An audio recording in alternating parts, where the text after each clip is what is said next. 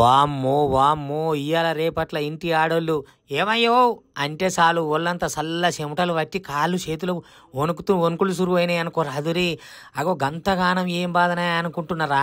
ఏమున్నది బా ఇయ్యాల రేపట్ల ఏమన్నా కొనేటట్టున్నదా? జీవితంలో దేనికైనా ధరలు దొరలు పెరిగినట్టు పెరిగినాయి కానీ అడగబోతే అడవి కొనబోతే కొరివి అన్నట్టున్నది ముచ్చట. ధరలు పెరిగి సంచి పట్టుకొని సంతకు పోతే సంసారం ఎంత భారమైనది అన్నది అర్థమవుతున్నది. చూడండి, అంగట్ల కాలు పెట్టేదే ఆల్చం. ఉల్లిగడ్డ ఉరికిస్తున్నది, టమాటా తన్నెతట్టున్నది, మునక్కాయ ముట్టుకొని ఇస్తలేదు, పాలకూర పట్టుకొని ఇస్తలేదు, బెండకాయ బెదిరిస్తున్నది, దొండకాయ దొరికేటట్టే లేదు, బీరకాయ బీరాలు పోబట్టే, ఆనపకాయ అందేటట్టు లేదు, ఆలిగడ్డ అసుంట పోమంటున్నది, మిరపకాయలు అయితే మిర్రా మిర్రా అంటున్నాయి, కొత్తిమీర కొర చూస్తున్నది, పప్పులు ఉప్పుల కానుంచెను నూనెలు దినుసులు దినమింత దివాలు తీపిస్తున్నాయి తప్ప మీరు దిగులు అడకుండ్రి అనేటట్టు అయితే లేవు సుమా. ధరలు అయితే ఏం కొనే తట్టు లేదు, ఏం తినే తట్టు లేదు, నాగులో నాగన్నా అన్న పాట అప్పుడు పుట్టింది కదా.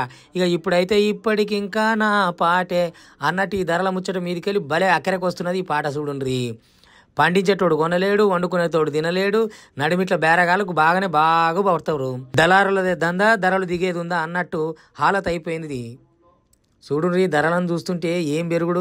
నెల జీతగాళ్ళ గోస అయితే ఎవరికి చెప్పాలి చెప్పుండ్రి. ఏమో పోన్రి, బక్కపేదోడు బతికేటట్టే లేరు కదా ఇవాళ రేపట్ల. మరి ముచ్చట మీదకెళ్ళి సర్కారు ఏమైనా సపోర్ట్ చేస్తుందో లేదో కానీ ఈ ధరలతోటి బతుకులు మటుకు సత్యనాశ అయ్యే కాలం వచ్చిందిలా.